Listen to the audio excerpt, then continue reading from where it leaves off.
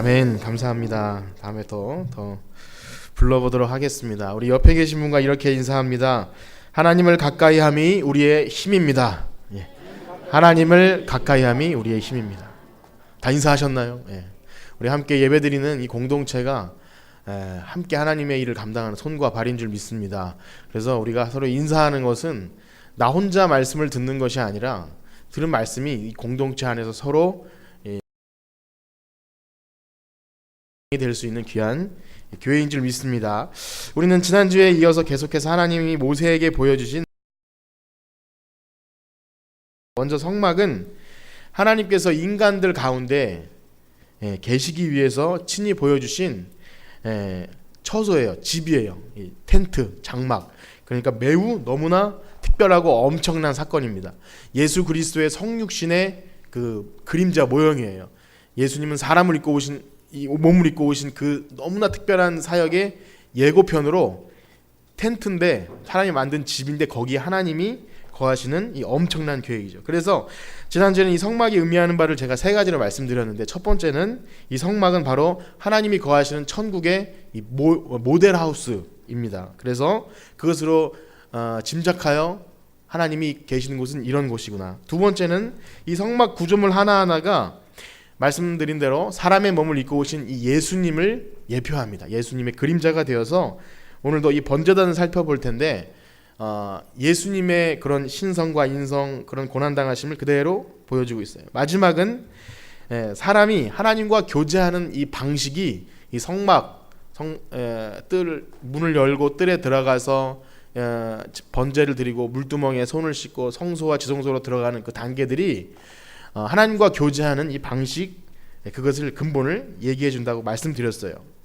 기억나시나요? 그렇게 지난주에 말씀을 드렸는데 그런데 비록 우리가 이 성막에 관해서 구석구석 살펴보지 못합니다. 이거 완벽하게 하려면 너무나 힘든 작업이 될 수 있고 또 뭐랄까요, 설교보다는 어떤 좀 강의 아니면 그냥 설명하는 시간이 될 수밖에 없어서 좀 굵직굵직하게 살펴볼 텐데 사실은 그것도 사실 아쉬운 거예요. 하나님께서 우리 인간들에게 모세를 통해서 직접 계시하신 이 성막이 지난주에도 말씀드렸지만 천지를 창조하는 그 두 장보다 훨씬 더 많은 분량과 공을 들여서 하나님이 하시기 때문에 우리는 그것을 그냥 넘어갈 수가 없는 거예요. 특별히 오늘은 번제단에 관해 살펴보기 원하는데 그림을 또 한번 살짝 보여드리겠습니다. 그림. 그래서 앞에 불을 잠깐 앞에만 살짝 꺼주시고 이런 구조를 가지고 있습니다. 성막이 맨 바깥에는 하얀 그 세마포로 이렇게 하얗게 기둥을 세워서 테두리에 둘러요. 보이시나요? 대략 이렇게 생긴 성경을 자세히 읽어서 만들어낸 것이기 때문에 제가 설명드리는 것보다 훨씬 그림 한 장이 도움이 될 수 있어요. 삼중 구조를 갖고 있죠. 바깥 뜰과 성소와 지성소. 저 가운데 보이는 텐트가 성소가 있고 가운데 휘장이 쳐져 있어서 거기 법궤가 있는, 하나님의 증거궤가 있는 그것이 있어요. 뭐 이렇게 되어 있는데, 자, 그렇습니다. 이 성막의 이 삼중 구조인데 성막에 뜰이 있고 성소가 있고 지성소가 있어요. 이 세 단계는 하나님께 가까이 나가는 중요한 어떤 단계들인데 이렇게 여러 가지 해석들이 있는데 하나님은 궁극적으로 하나님은요 바깥에 있는 거 더 원치 않으시고 뜰만 밟는 것도 원치 않고 가운데로 오길 원하는 거예요. 거기서 하나님을 만나길 원하는 거예요. 그땐 물론 제사장만 들어갔지만 지금 만인 제사장인 이 시대에 하나님 만나기 원하는 거예요. 어쨌든 바깥 뜰은 어떤 태양빛, 그냥 자연빛이라면 들어갈수록 어떤 등대에서 비치는 그런 찬란한 빛, 가운데로 가면 하나님의 영광이 비치는 그런 아름다운 단계로 나가길 원하시는 거예요. 그래서 우리의 신앙이 바라옵고 원하옵기는 하나님에 관한 지식과 그런 관계들이 더욱더 성장하길 원합니다. 더욱더 깊이 알아가고 그냥 바깥들이나 멀리서 그냥 하나님 그런 분이래 이렇게 하는 것이 아니라 맛보아 알고 깊이 알고 체험해서 아는 여러분들 되시길 축복합니다. 근데 중요한 것은 이 성막 안으로 들어오게 될 때 가장 먼저 만나는 것이 이 번제단이라는 거예요. 번제단. 여러분 사진에 보시면 바깥 문을 열고 들어오면 바로 번제단이 있어요. 가장 크고 가장 크게 생긴 또 이 도구기 때문에 보일 수밖에 없어요. 이 다음 보면 번제단이 어떻게 생겼는지 한번 보세요. 번제단이 이렇게 생겼습니다.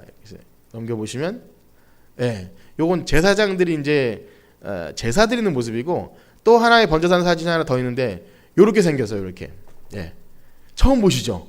예. 번제단이 이렇게 생겼는데 이거예요. 이게 이 하나님께 나아가는 첫 번째 단계에 이 번제단이 있다는 거예요. 이것은 굉장히 큰 의미가 있는데 우리가 알면 알아요. 이 번제를 드리는 것은 나를 위해서 어떤 그 양이나 염소 그런 송아지가 이렇게 희생제물이 되어서 그 죄인이 손에 머리에 안수하면서 내 죄가 이 짐승에게로 다 가기를 원합니다. 이렇게 하면 제사장이 피를 흘리고 각을 떠서 완전히 죽여서 그 위에서 그 제물을 올려드리는 그런 피 튀기는 험악한 사실은 태워드리는 그런 거예요.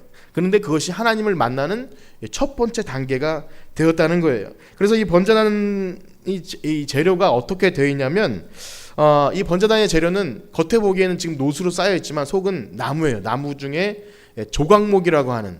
그래서 우리가 조각목 하면 혹시 조각을 해서 만든 나무 그게 아니라 뭐 아카시아 나무, 씨띠 나무라고 하는 그 나무를 가지고 번제단을 만들어요. 근데 상식적으로 생각해 봤을 때 나무로 단을 만들면 거기서 불을 지피면 어떻게 되죠?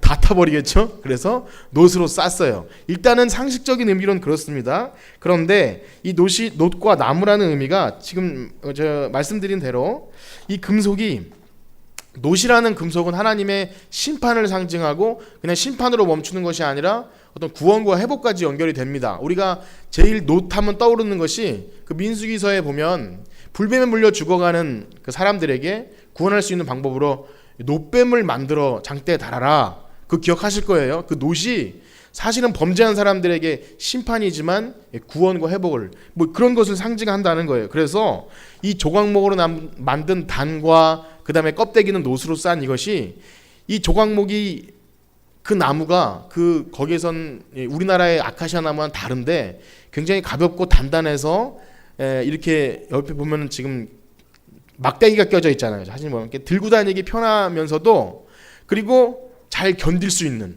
불에 잘 견딜 수 있는 그래서 예수님의 인성을 의미한다고 합니다. 그리고 그 겉을 싼 그 놋은 사실은 심판이면서도 하나님의 그 십자가의 심판을 예수님이 몸소 견디면서 견뎌낼 수 있는 그 능력 그것을 놋으로 상징하는 거예요. 그런 상징이 들어 있습니다. 그러나 지금 우리가 이 번제단을 보고 있지만 이 번제단이 지금 우리에게 필요할까요?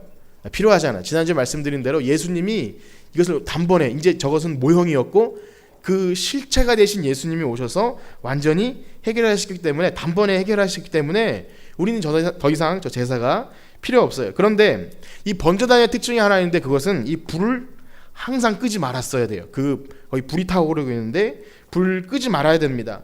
그러니까 이 백성의 죄를 대신하는 그 희생 제사가 언제나 준비되어 있어야 한다. 그런 의미가 있어요. 그리고 이 불을 담는 이 불을 그릇에 담아서 이 성소에 들어가면 또 향단이 있습니다. 그런데 이 불을 가지고 그 향단까지 들어가서 거기에 불을 붙이는 거예요. 만약에 다른 불로 하면 죽습니다. 그래서 실제로 레위기서에 보면 아론의 두 아들인 나답과 아비후가 다른 불로 제사를 드리다가 죽는 그런 좀 무시무시한 일도 있는 거예요. 하나님께서 원하시는 불 방법대로 그 모양대로 제사를 드리기를 원했어요. 그런데 가만히 생각해 보면 이 번제단의 중요한 역할을 하고 우리 신앙생활에 밀접한 관련이 있는 것은 맞습니다. 우리가 궁극적으로 바라봐야 할 것은 하나님의 영광스러운 만남이며 죄를 회개하고 희생당한 그 번제단은 근데 빨리 잊어야 되는 거 아닌가 이런 생각이 들어요. 자, 이제 불을 켜주셔도 됩니다. 이제 자. 말씀드린 대로 자 번제단이 중요해요. 희생제물이 중요해요.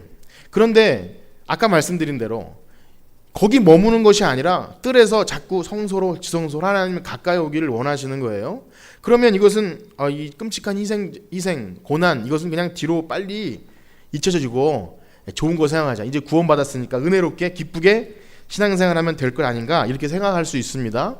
그런데 방금 우리가 말씀드린 것 같이 하나님을 만나는 첫 단계에 항상 번제단이 있어요. 그러니까 이 성막 제사를 드리려면 항상 번제단을 거쳐야 된다는 거예요. 그 정신은 오늘날도 마찬가지예요. 우리가 하나님께 가까이 가기 위해서는 언제나 이 번제단을 거쳐야 돼요. 그것은 뭐냐면 우리의 죄가 깨끗해져야 한다는 거예요. 이것은 불변의 진리인 거예요. 하나님께 가까이 나가기는 맞는데 하나님은 가까이 나오길 원하시고 우리도 하나님께 가까이 가야 사는데 중요한 것은 이 번제단이 떡 서서 죄가 있는지 없는지를 먼저 그 앞에 죄가 있으면 불태워져야 된다는 거예요. 이것은 변함없는 거예요. 그래서 이 번제단이 너무 중요한데, 지금 사진 보면 내 모퉁이에 뿔이 달리지 않았습니까? 이 번제단의 뿔이라 그러는데, 이 번제단은 달려가서 이 죄를 지은 사람이 뿔을 잡으면 살려주는 그런 법칙이 있어요. 그래서 피를 거기 바르는데, 그러니까 우리가 그 시편 노래할 때 보면 하나님을 구원의 산성이요 피할 바위시요 뭐 구원의 뿔, 그 얘기를 하지 않습니까? 이 뿔이 어떤 짐승의 뿔이 아니라 이 제단 뿔을 얘기하는 거예요. 이 뿔을 잡으면 살게 된다. 이 희생하는 이 무시무시한 번제단의 뿔이 그런 의미를 갖고 있는 거예요. 짐승을 묶는 이 뿔이 사실은 이 도피처, 그런 구원의 뿔의 의미를 갖고 있는 거예요. 그러니까 제가 여러 가지로 총체적으로 말씀드렸지만 상징하는 것은 예수님이에요. 이 번제단으로 도망하면 우리의 죄가 해결되고 산다, 그 의미를 담고 있는 겁니다. 자, 그래서 우리 신앙생활에서 중요한 것은 이 죄사함의 확신이어야 할 줄 믿습니다. 이것이 없으면 하나님께 가까이 갈 수가 없어요. 죄의 문제가 뭔가 껄쩍지근하게 남아 있으면 하나님께 가까이 갈 수 없고, 그래서 하나님은 이 번제단과 성막과 이제 후에 제사장과 여러 의식을 말하면서 너희는 거룩하라 계속 반복하시는 거예요. 나는 거룩하니 너희는 거룩하라. 그래서 날마다 성교를 유지하는 것, 이게 너무 중요합니다. 그런 의미에서 이 번제단이 갖는 의미는 너무 큰데, 지금 불을 켰지만 요 다음에 요 번제단과 성소 사이에 또 뭐가 있냐면 이 물두멍이라는 게 있어요. 물두멍. 그러니까 손을 씻는 거예요. 제사장이 손을 씻는. 이 사진 보이시나요? 물론 제사장이 씻는 것이지만 이렇게 표현을 합니다. 번제단에서 제사를 드리는 것은 왜 예수님께서 제자들의 발을 씻겨 주실 때 너희는 다 구원 받았으니까 이제 발만 씻으면 된다, 그런 의미로 이 물두멍에서 손을 씻는 의미는 날마다 우리의 그 죄를 깨끗하게 하는 그런 의미를 갖는다고 합니다. 어찌 되었든 하나님께서 원하시는 것은 깨끗함이에요. 하나님께 나아가기 위해서 정결해야 되고, 우리가 뭔가 문제가 있다면 하나님께 가까이 갈 수가 없다는 거예요. 그래서 우리가 히브리서 말씀 봤지만 이 모든 복잡한 단계들을 하나님이 단번에 해결해 주셨어요. 예수님의 육신이 이 성막이 되셔서 단번에 해결해 주셨어요. 그럼에도 불구하고 우리가 여전히 죄 가운데 있으면 열려놓은 길을 우리가 갈 수 없는 거예요. 그러니까 이사야 말씀처럼 하나님의 귀가 어두워 손이 짧아서 구원을 못 해주시는 것이 아니라 너희 죄가 하나님을 멀리했다, 이런 말씀이 있는 것처럼 우리가 여전히 죄 가운데 있으면 예수님의 그 육신으로 활짝 열어놓으신 하나님께 가는 길을 스스로 걸어갈 수 없게 된다는 거예요. 이것은 매우 중요한 문제죠.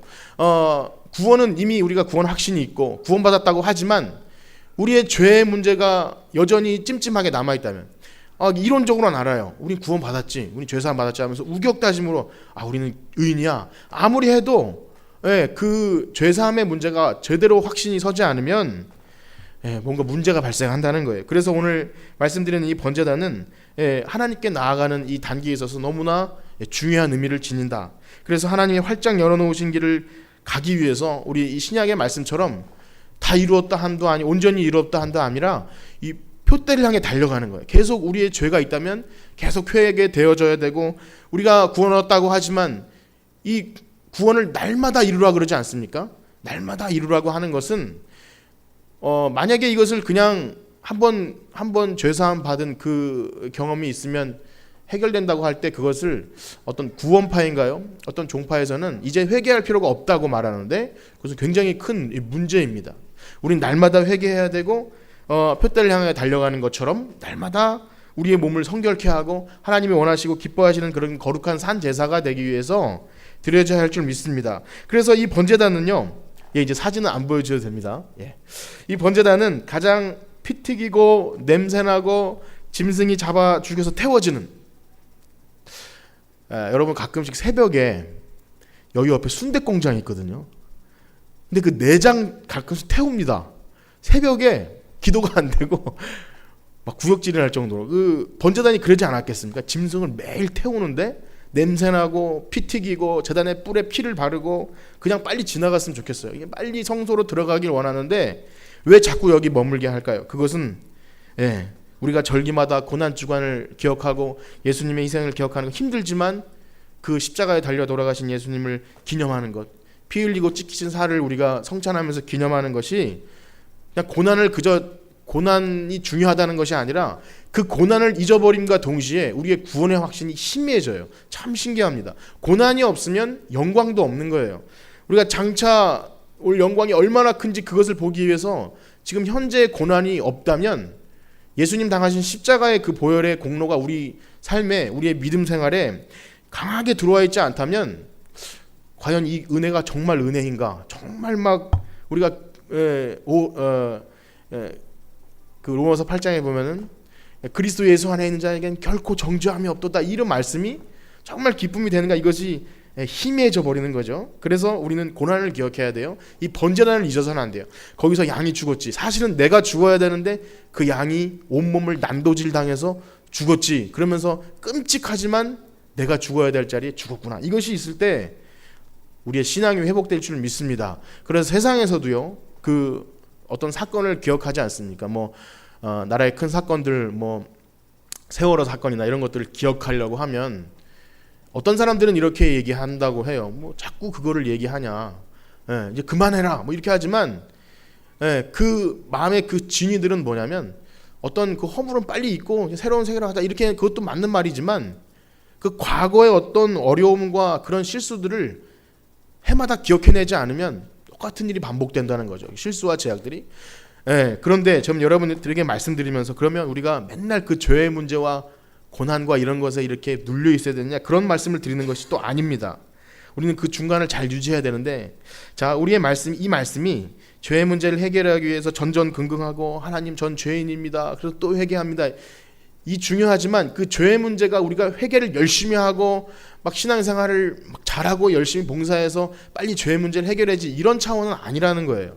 이것을 잘 아셔야 되는데, 만약에 그렇게 되지 않으면 우리가 얼마나 회개를 잘하고 우리가 어떤 행위에 따라서 구원받고 죄가 사함받는 것이 아니라, 우리는 예수님만 믿으면, 여기 제단에 뿔이 있었지만 뿔을 그냥 잡기만 하면, 어떻게 보면 이런 말씀드리면 그렇지만 기계적으로 그냥 믿기만 하면 구원받는 그것이 성립된다는 거예요. 그래서 이것이 희미해지면 안 되는데, 또 말씀드린 대로 반대로 여기에 어떤 중요한 의미를 담아서 매일 이 문제 때문에 해결을 못 받는다면 그것도 복음적이지 않다는 거예요. 어떤 분이 계셨어요. 권사님이셨는데 이 죄의 문제가 계속 걸리는 거예요. 마귀에게 진 것 같고 내가 너무나 무능력해서 나는 내 죄가 해결받지 못해, 이런 마음을 가지고 신앙생활을 더 이상 못하시는 분을 보게 되었어요. 근데 그것이 어떤 신학의 지식의 문제이기도 하면서 이 죄를 사함받는 접근 방식이 복음적이지 않다는 거죠. 사실은 우리의 행위와 아무 관련 없이 우리는 십자가의 보혈로 구원 얻은 줄 믿습니다. 그럼 우리가 고난을 기억하는 이유, 번제단을 기억하는 이유는 우리가 받은 구원이 너무나 귀한 것을 깨닫기 위해서, 똑같은 범죄를 짓지 않고 성결한 삶을 유지하기 위해서는 이 십자가의 고난을 매일 기억해야 된다는 거예요. 그래서 찬송하는 중에, 말씀 듣는 중에 우리가 자꾸 그 십자가를 말하지 않습니까? 우리 이미 구원받고 예수님 희생으로 다 끝났는데 왜 자꾸 십자가 고난을 얘기하느냐? 그것이 아니라 이것을 기억할 때 참 신기하게도 우리의 신앙이 살아나고 하나님과의 관계가 회복되는 줄 믿습니다. 그래서 오늘 여러분들에게 번제단을 말씀드리면서 우리의 신앙생활에 너무나 중요한 것은, 말씀드린 대로 죄의 문제 전전긍긍해서 난 죄인이야, 내가 자꾸 회개해도 똑같은 죄를 지니까 안 될 거야, 이런 문제에 빠지라는 것이 아니라, 그럼에도 불구하고 나를 구원해 주셨어, 이렇게 구원의 기쁨을 누리기 위해서 죄가 얼마나 큰지를 기억하라는 거예요. 그것이 신앙의 회복의 첫 단계입니다. 우리의 삶이 정결해질 수밖에 없는 것, 또 하나님이 기뻐하시는 거룩한 산 제사로 드릴 수밖에 없는 것은 그 구원의 확신이 확실해야 돼요. 내가 원래는 죽었어야 되는데 지금 살고 있구나, 그냥 덤으로 살고 있구나, 하나님의 은혜가 아니면 살 수 없는 죄인이구나가 확실해야 기쁨으로 드릴 수 있는 거예요. 예배도 기쁨으로 드릴 수 있고 우리의 물질이나 우리의 삶도 기쁨으로 드릴 수 있는 거지, 만약에 이게 확실치 않으면 뭔가 내가 이렇게 힘들게 해야 되나 이렇게 되는 거예요. 전혀 그런 차원이 아닌데 자꾸 내가 뭔가를 해야 신앙이 유지될 것 같은 그런 거예요. 그것이 아니라 이미 구원해 주셨고 이미 다 해결해 주신 문제를 너무나 감사해서 드리는 예배, 드리는 신앙생활이 될 줄 믿습니다. 그래서 에스라서에 보면 이런 부분에 말씀이 있어요. 에스라서 3장 2절에서 6절에 이런 사건이 하나 있는데 한번 다 같이 한번 읽어보도록 하겠습니다. 한참 뒤에 얘기지만 에스라서 3장 2절 6절. 자, 시작. 요사닥의 아들 예수아와 그의 형제 제사장들과 스알디엘의 아들 수룹바벨과 그의 형제들이 다 일어나 이스라엘 하나님의 제단을 만들고 하나님의 사람 모세의 율법에 기록한 대로 번제를 그 위에서 드리려 할세 무리가 모든 나라 백성을 두려워하여 제단을 그 터에 세우고 그 위에서 아침 저녁으로 여호와께 번제를 드리며 기록된 규례대로 초막절을 지켜 번제를 매일 정수대로 날마다 드리고 그 후에는 항상 드리는 번제와 초하루와 여호와의 모든 거룩한 절기의 번제와 사람이 여호와께 기쁘게 드리는 예물을 드리되 일곱째 달 초하루부터 비로소 여호와께 번제를 그때 여호와의 성전 지대는 미처 놓지 못한지라. 지금 에스라에 대해서 많이 설명드릴 수 없지만 이 배경은 그렇습니다.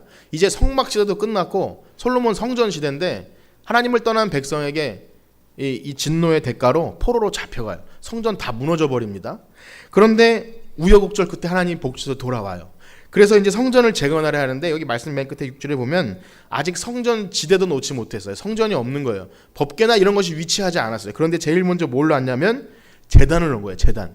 이 제단은 뭐냐면 이 회복이에요. 회복. 하나님께 죄를 회개하고 태워드리면서 관계를 회복하는 것. 그러니까 성전 건물보다 어떤 형식보다 가장 중요한 것이 하나님께 나아가는 첫 단계 이 죄의 회개와 성결한 삶이라는 거예요. 그래서 우리가 이 말씀을 보면서 이거 너무 중요하구나. 제사를 드리는 것. 예수 그리스도께서 대신 태워 죽은 사실 내가 죽어서야 되는데 죽은 이것을 계속 기억하는 것은 하나님이 기뻐하시는 것이고 하나님과 화목하는 거예요. 그리고 그것이 예배의 회복인 줄 믿습니다. 이것을 통해서 우리는 다시 잃어버렸던 신앙의 첫 단계로 회복할 수 있고 하나님께 가까이 갈 수 있는 거예요. 자, 그러면 이 하나님과의 관계가 회복되지 않으면요 신앙도 회복될 수 없어요. 인간관계도 회복될 수 없습니다. 나의 죄사함과 내가 정말 그토록 죽을 죄인인 것을 이거 여러 번 말씀드렸는데 이사간 자꾸 그게 생각나. 이사간 그 아주머니가 제가 그렇게 죽을 죄인은 아닙니다. 제가 죄인이라고 괜히 말했다가 교회 나오시라고 우리 다 죄인이잖아요. 그런데 제가 그렇게 죽을 죄인은 아니고 죄는 조금은 그렇지만 근데 그 정도로는 하나님께 가까이 갈 수 없다는 거예요.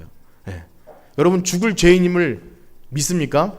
그랬다면 내가 조금 원망될 만한 내가 조금 미워할 만한 불평할 만한 상황 앞에서 그래도 많이 이렇게 내 자신을 누를 수가 있어요. 내가 얼마나 철저한 죄인이었고 하나님이 날 살려주지 않았다면 난 여기 있을 수 없는 것이 진짜라면 여러분 우리의 성질 막 드러나지 않아요. 우리가 번제단에 태워 죽어야 돼요.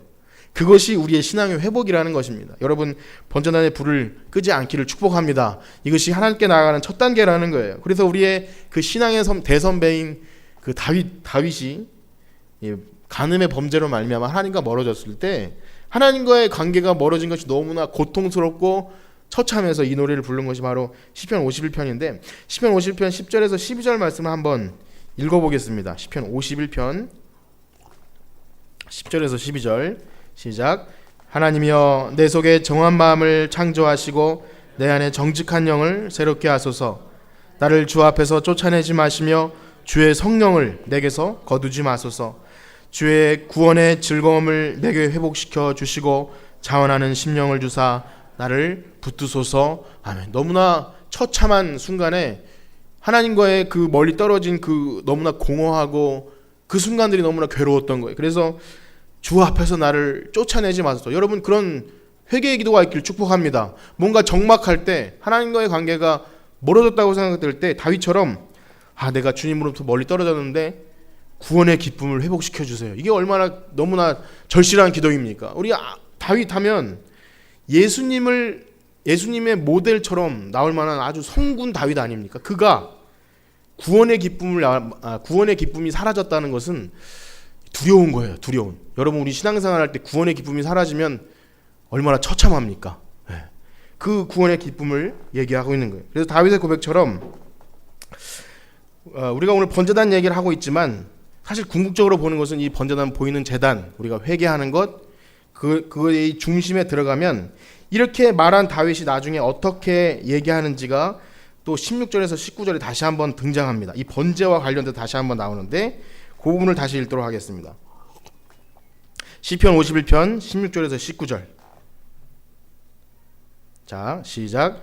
주께서는 제사를 기뻐하지 아니하시나니 그렇지 아니하면 내가 드렸을 것이라. 주는 번제를 기뻐하지 아니하시나이다. 하나님께서 구하시는 제사는 상한 심령이라. 하나님이여 상하고 통회하는 마음을 주께서 멸시하지 아니하시니이다. 주의 은택으로 시온의 선을 행하시고 예루살렘 성을 쌓으소서. 그때 주께서 의로운 제사와 번제와 온전한 번제를 기뻐하시리니 그때 그들이 수소를 주의 제단에 드리리이다. 아멘. 다윗의 고백처럼 오늘 우리가 번제단 얘기를 하고 있지만 궁극적으로 바라는 것은 소를 잡아 드리거나 그런 것이 아니라 우리 상한 심령이라는 거예요. 하나님께 나가는 그 번제는 우리가 회개하는 것은 우리가 주님께 뭘 드릴 수 있을까요? 뭐 천산의 순양이나 모든 것이 다 하나님 것인데 우리가 뭔가 뭘 이렇게 조금 해서 드린다고 그것이 하나님이 뭐 이렇게 받으시고 뭐 이렇게 그런 걸까요? 그것이 아니라 상한 심령, 그것은 번제단 앞에 우리를 태워드리는 제사가 되어야 할 줄 믿습니다. 이렇게 통회자복하는 심령, 상한 심령을 가지고 나가는 것이 신앙의 첫 단계입니다. 그래서 요한일서 1장 9절에 보면 하나님이 무엇을 너무 기뻐하시냐면 요한일서 1장 9절 말씀 한번 읽어보겠습니다. 시작. 만일 우리가 우리 죄를 자백하면 그는 미쁘시고 이로우사 우리 죄를 사하시며 우리를 모든 불의에서 깨끗하게 하실 것이요. 아멘.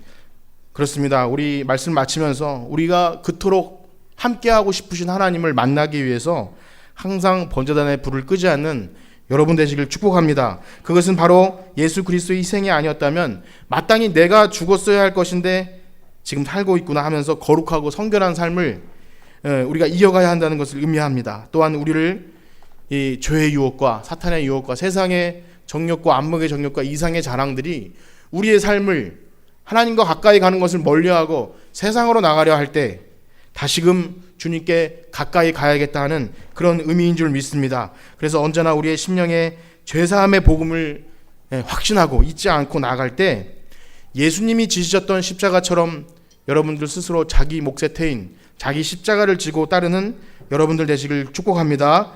하나님을 만날 때 항상 다윗처럼 겸손하고 상한 심령 가지고 나가길 축복합니다. 그래서 이 찬양 들으시기 원하시는데요. 이 시편 51편의 이 가사를 가지고 지은 노래입니다. 정결한 마음 주시옵소서. 우리가 이 찬양하면서 회개할 것이 있다면 우리가 하나님과의 관계를 멀리하고 세상과 또 세상이 좋아하는 것들에 가까이하며 그렇게 살았다면 다시 한번 구원의 기쁨을 회복시켜 주시고 하나님께 우리를 태워드리는 그러한 정결한 우리를 되게 하여 주시옵소서.